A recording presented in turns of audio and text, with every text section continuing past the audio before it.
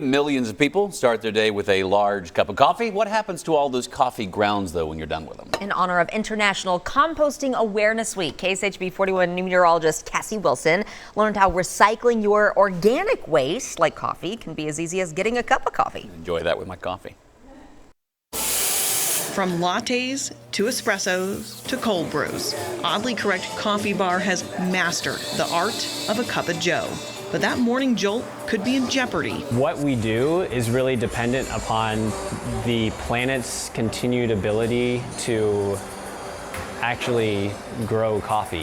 Coffee is a fickle crop. It grows best between 64 and 70 degrees. And studies have shown by 2050, scientists estimate that half the world's coffee producing land will be just too hot. The thing that we care so much about, and that's our livelihood and what we're passionate about, is threatened by climate change. So we decided we had to take the steps that we knew we could take to try to combat that.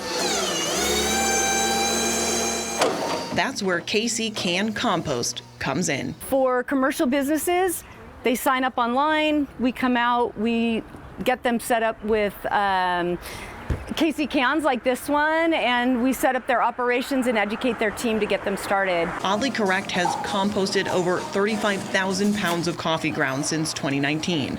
They also compost things like napkins and cutlery. But it's not just beneficial for their business. Anyone in Kansas City can get a compost bucket from Cassie Can.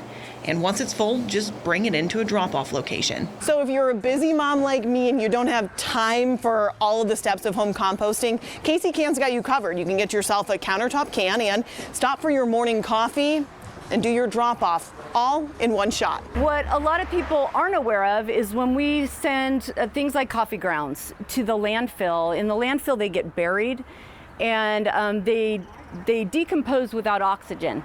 And it's that process that creates methane gas. And methane is a greenhouse gas 86 times more potent than CO2. When you hear the word greenhouse gas, you normally think of carbon dioxide. So what's the difference? Well, to put it simply, methane does its damage quickly and CO2 does its damage slowly over a long period of time. Now, fast or slow, these greenhouse gases are warming our planet. We go to Origin and talk to the people growing the coffee, and they tell us what's happening.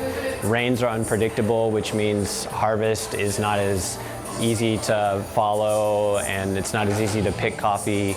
So it's becoming more and more difficult to produce coffee. From the middle of the globe to the middle of our country, climate change is moving through the supply chain, and composting is a growing solution that can make an impact locally. When we began, we weren't really sure where the community was in accepting sort of new green initiatives and that type of thing, and we have been wildly surprised, happily surprised at the response of the Kansas City community. Reporting in Kansas City, KSHB 41 weather, meteorologist Cassie Wilson. How about that? Cassie Can Compost has partnered with 13 local coffee shops. It's their website here. You can scroll through and find out if there's a drop-off location near you, and also find other tips on how to start composting. That countertop composting availability is a really great option I think a lot of people would be able to take care of.